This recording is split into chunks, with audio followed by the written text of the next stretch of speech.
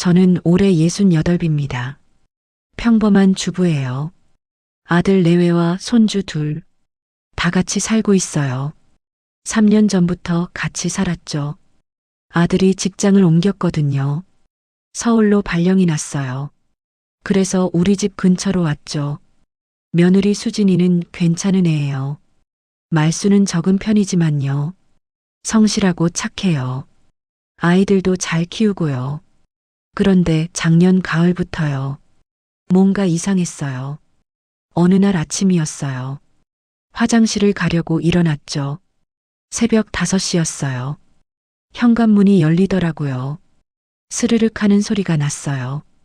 귀신이라도 나온 줄 알았죠. 깜짝 놀라서 거실로 나갔어요. 며느리가 나가고 있었어요. 운동복 차림이었죠. 수진아, 어디 가니? 제가 물었어요. 며느리가 화들짝 놀랐어요. 얼굴이 하얗게 질렸죠. 아, 어머님. 며느리가 당황하며 말했어요. 깨우려던 건 아닌데요. 운동 나가요. 요즘 살이 좀 쪄서요. 그렇게 말하고는요. 후다닥 나가버렸어요. 이상하다 싶었지만요. 젊은 사람이 운동하겠다는데요. 뭐 나쁠 건 없잖아요. 그냥 그러려니 했죠. 그런데 그 다음 날도요. 또 새벽 5시에 나갔어요. 그 다음 날도 마찬가지였죠. 비가 와도 나갔어요. 눈이 와도 나갔어요. 일주일 내내 빠짐없이요.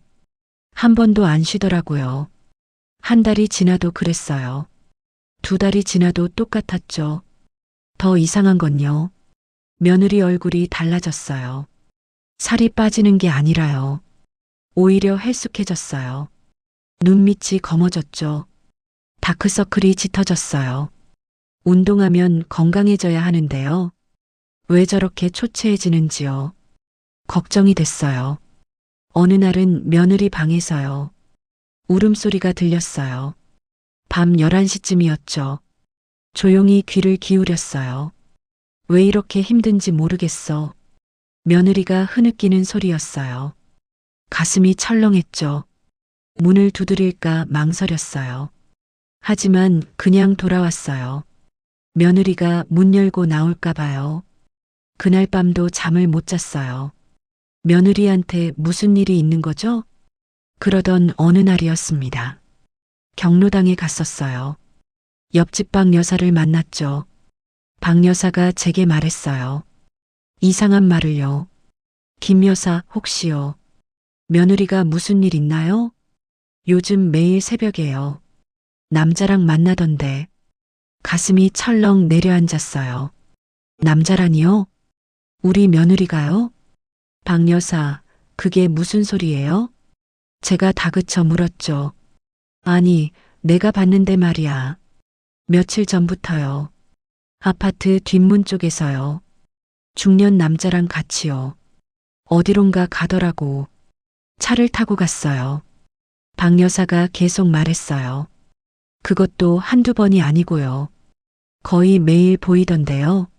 남자가 차에서 내려서요. 며느리 손도 잡던데요. 그 말에 숨이 막혔어요. 손까지 잡았다고요? 혹시 빚쟁이 아닐까요? 박 여사가 또 말했어요. 요즘 젊은 사람들이요. 대출 받고 카드 돌리고요. 그러다 빚쟁이한테요. 시달리는 경우 많잖아요. 그 말도 일리가 있었어요. 하지만 왜 숨겨야 하죠? 그날 밤은요. 잠을 한숨도 못 잤어요. 며느리가 바람을 피우나? 아니면 빚에 쪼들리나? 아니면 무슨 일에 휘말렸나? 머릿속이 복잡했어요. 아들한테 말해야 하나? 며느리한테 물어봐야 하나? 온갖 생각이 들었죠. 다음 날 새벽이었어요. 저도 몰래 따라 나섰죠. 손이 덜덜 떨렸어요. 가슴이 두근거렸고요. 며느리는 4시 50분에 일어났어요. 소리 없이 옷을 갈아입었죠.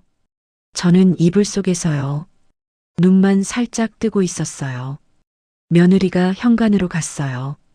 조용히 신발을 신었죠. 문이 열리고 닫혔어요. 저는 재빨리 일어났어요. 옷을 주섭주섭 입었죠. 손이 너무 떨려서요. 단추를 잘못 끼울 뻔했어요. 현관문을 살며시 열었어요. 며느리가 엘리베이터를 탔어요. 저는 계단으로 내려갔죠. 숨이 차올랐어요. 1층에 도착했을 때요. 며느리는 이미 밖으로 나갔어요. 저는 20m 뒤에서요. 조심스럽게 따라갔죠. 며느리는 뒷문으로 갔어요. 어두운 길을 걸어갔죠. 가로등 불빛이 희미했어요. 검은색 승용차가 있었어요. 며느리가 차에 탔죠. 운전석에 남자가 있었어요. 50대로 보였어요. 남자가 며느리를 보며요. 뭐라고 말하는 것 같았어요. 며느리가 고개를 끄덕였죠. 차는 금방 출발했어요. 저는 그 자리에 서서요. 차가 사라지는 걸 봤어요. 그 순간 눈물이 났어요. 핑 돌았죠. 아, 정말이구나. 며느리가. 다리에 힘이 풀렸어요. 그 자리에 주저앉을 뻔했죠. 새벽 공기가 차가웠어요. 온몸이 부들부들 떨렸죠. 집으로 돌아왔어요. 하루 종일 멍했어요. 아들한테 뭐라고 말하나? 손주들은 어떻게 하나? 온갖 생각이 들었죠. 며느리는 7시쯤 돌아왔어요. 평소처럼 씻더라고요. 아침 준비를 했어요. 저는 눈을 못 마주쳤죠. 차마 볼 수가 없었어요. 어머님, 어디 편찮으세요? 며느리가 물었어요. 걱정스러운 표정이었죠. 안색이 안 좋으신데. 저는 대답했어요. 아니다. 그냥 피곤해서. 그날 오후였어요. 아들이 일찍 퇴근했어요. 회사에 일이 없었나 봐요. 엄마, 왜 이래요? 아들이 제 얼굴을 봤어요. 많이 안 좋아 보이는데요. 병원 가봐야 하는 거 아니에요? 저는 고개를 저었어요. 아니다, 괜찮아. 하지만 아들이 계속 물었어요. 엄마, 무슨 일 있어요? 말씀하세요. 저는 입을 열 수가 없었어요. 어떻게 말하죠? 내 아내가 남자를 만난대. 그렇게 말할 수가 없었어요. 정말 아무것도 아니야. 겨우 그렇게 말했죠. 아들이 의아한 표정을 지었어요. 하지만 더 묻지는 않았어요. 그날 저녁 식사 때였어요. 며느리가 말했어요. 어머님, 제가 내일은요. 좀 늦게 들어올 것 같아요. 제 손이 멈칫했어요. 젓가락을 떨어뜨릴 뻔했죠. 왜? 무슨 일인데? 아들이 물었어요. 친구 만나기로 했어요. 며느리가 대답했죠. 오랜만에 보는 친구라서요. 저녁까지 같이 먹을 거예요. 그 말을 듣는데요. 가슴이 답답했어요. 친구라고요? 정말 친구일까요? 아니면 그 남자일까요? 그날 밤도 잠을 못 잤어요. 다음 날 며느리는요. 아침 일찍부터 나갔어요. 예쁘게 화장을 하고요. 향수도 뿌렸어요. 저는 그 모습을 보면서요. 가슴이 무너지는 것 같았어요. 오후 내내 불안했어요. 며느리가 어디서 뭘 하나? 정말 친구를 만나는 건가? 아니면 그 남자를 만나나? 저녁 7시가 됐어요. 8시가 됐어요. 9시가 지났어요. 며느리는 오지 않았어요. 아들도 초조해했어요. 전화를 안 받네요. 아들이 말했어요. 이상한데. 10시가 넘었어요. 며느리가 집에 들어왔어요. 얼굴이 퉁퉁 부어 있었어요. 울었던 것 같았죠. 어디 갔었어? 아들이 물었어요. 친구 만났다고 했잖아. 며느리가 대답했어요. 하지만 목소리가 떨렸죠. 왜 전화를 안 받았어? 아들이 다그쳤어요. 휴대폰 소리를 못 들었어요. 며느리가 변명했죠. 그날 밤 며느리 방에서요.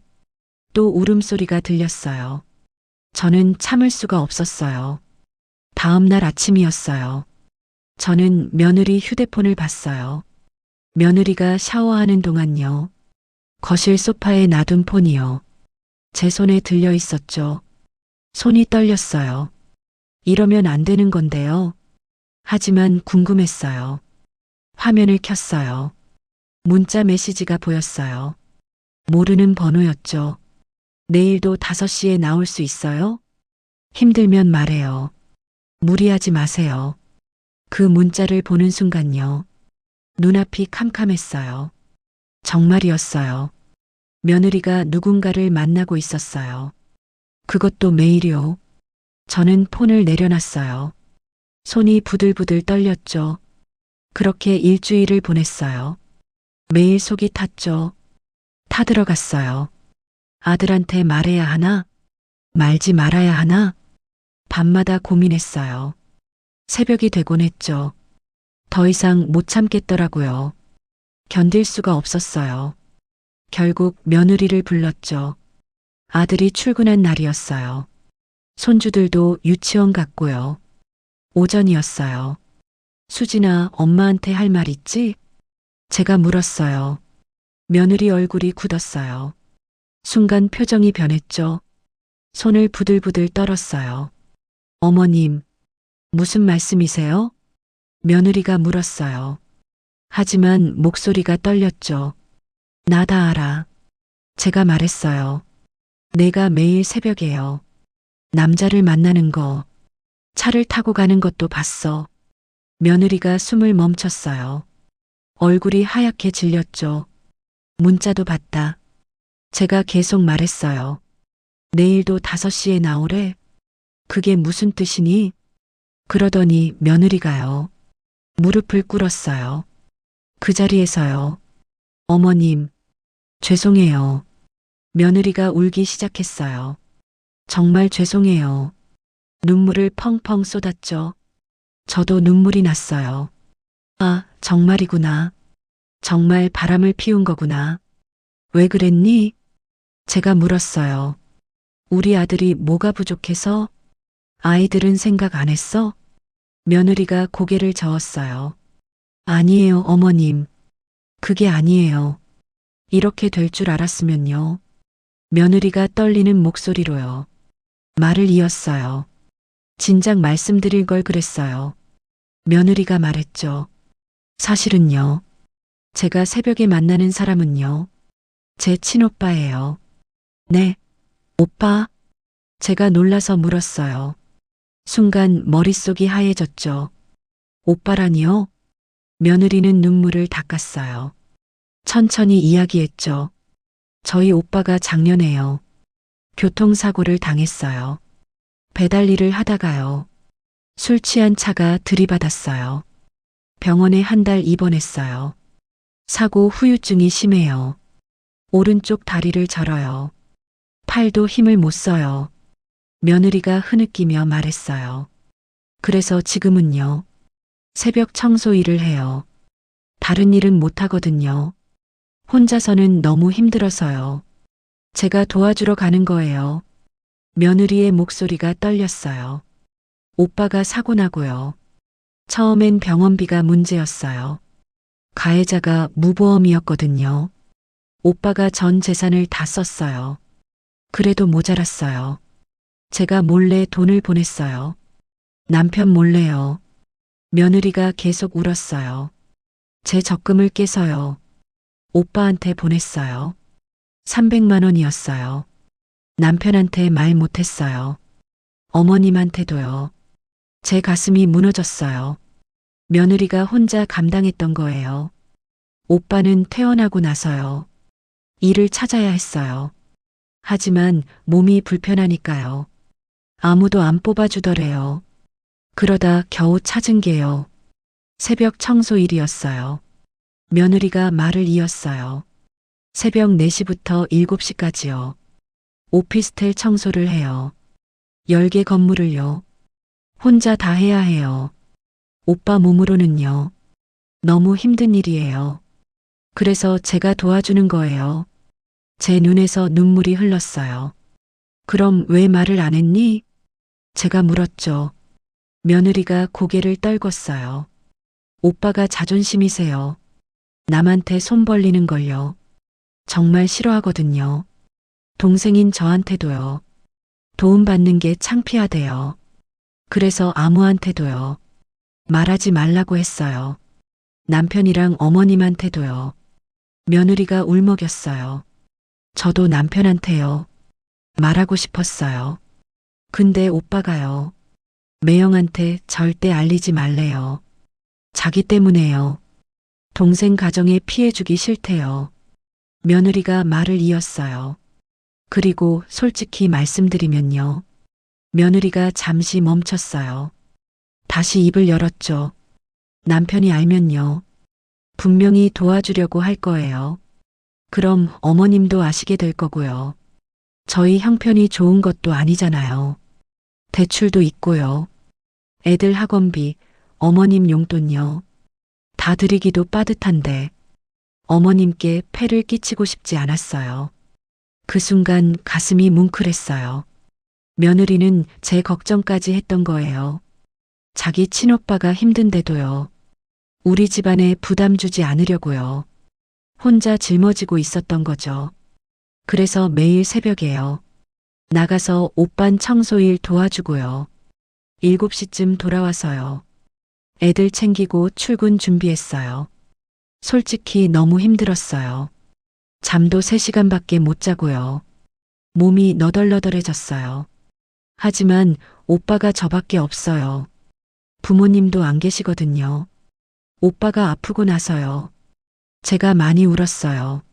며느리가 다시 울기 시작했어요. 흐느끼기 시작했죠.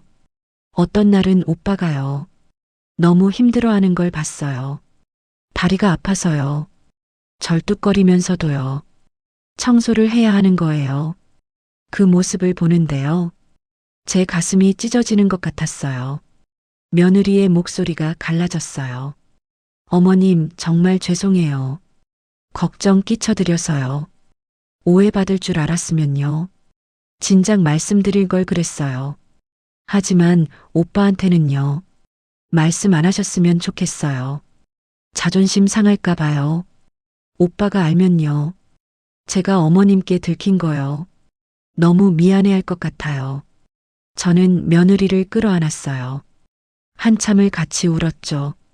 수진아, 미안하다. 엄마가 너를 오해했어. 너를 의심했어. 제가 말했어요. 너 혼자 얼마나 힘들었니? 엄마가 몰라줘서 미안해. 우리는 한참을 안고 울었어요. 그날 저녁이었어요. 저는 아들을 따로 불렀죠. 며느리 오빠 이야기를요. 다 해줬어요. 아들도 놀랐어요. 눈시울이 붉어졌죠. 엄마, 진작 말했어야죠. 아들이 말했어요. 형부가 그렇게 힘들었는데요. 당신도 왜 말을 안 했어요? 아들이 며느리를 꼭 안았어요. 당신 미안해. 내가 너무 몰랐어. 형부 일은 내일이기도 한데. 며느리가 또 울었어요. 미안해요, 여보. 말했어야 했는데. 다음 날부터 아들이요. 새벽에 같이 나갔어요. 며느리 오빠는요. 처음에 완강히 거절했대요. 매형 안 돼요. 제 일인데 어떡해. 하지만 아들이 설득했죠. 형님, 가족이 뭡니까? 남이 아니잖아요. 형님 일은 제 일이에요.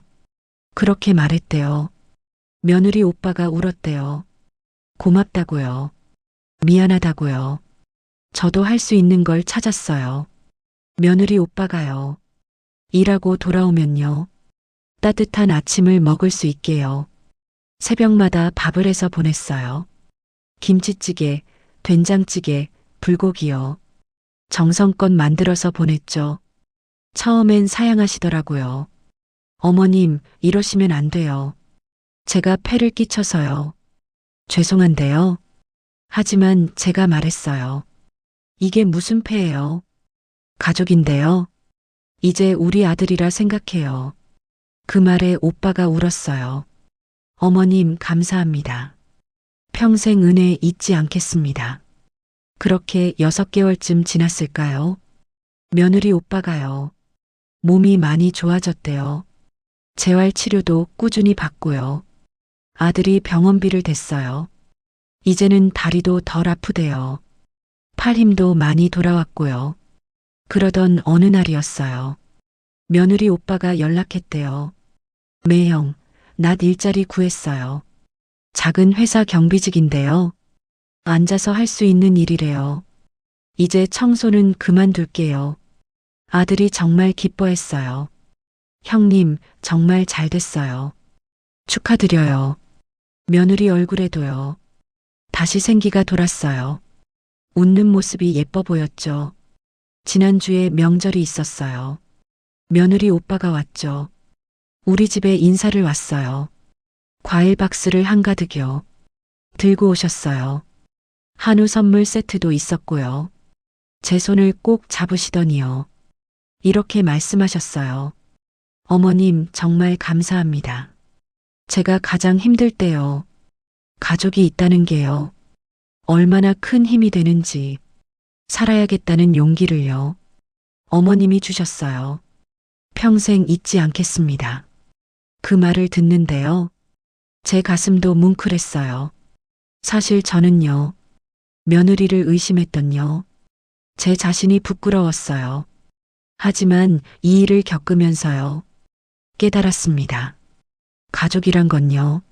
서로 짐을 나눠지는 거예요. 혼자 끙끙 앓지 말고요. 함께 의지하며 살아가는 게요. 진짜 가족이라는 걸요. 요즘은 며느리가요. 아침마다 커피를 타줘요. 한 잔씩이요. 같이 마시며 이야기 나눠요. 이런저런 얘기들이요.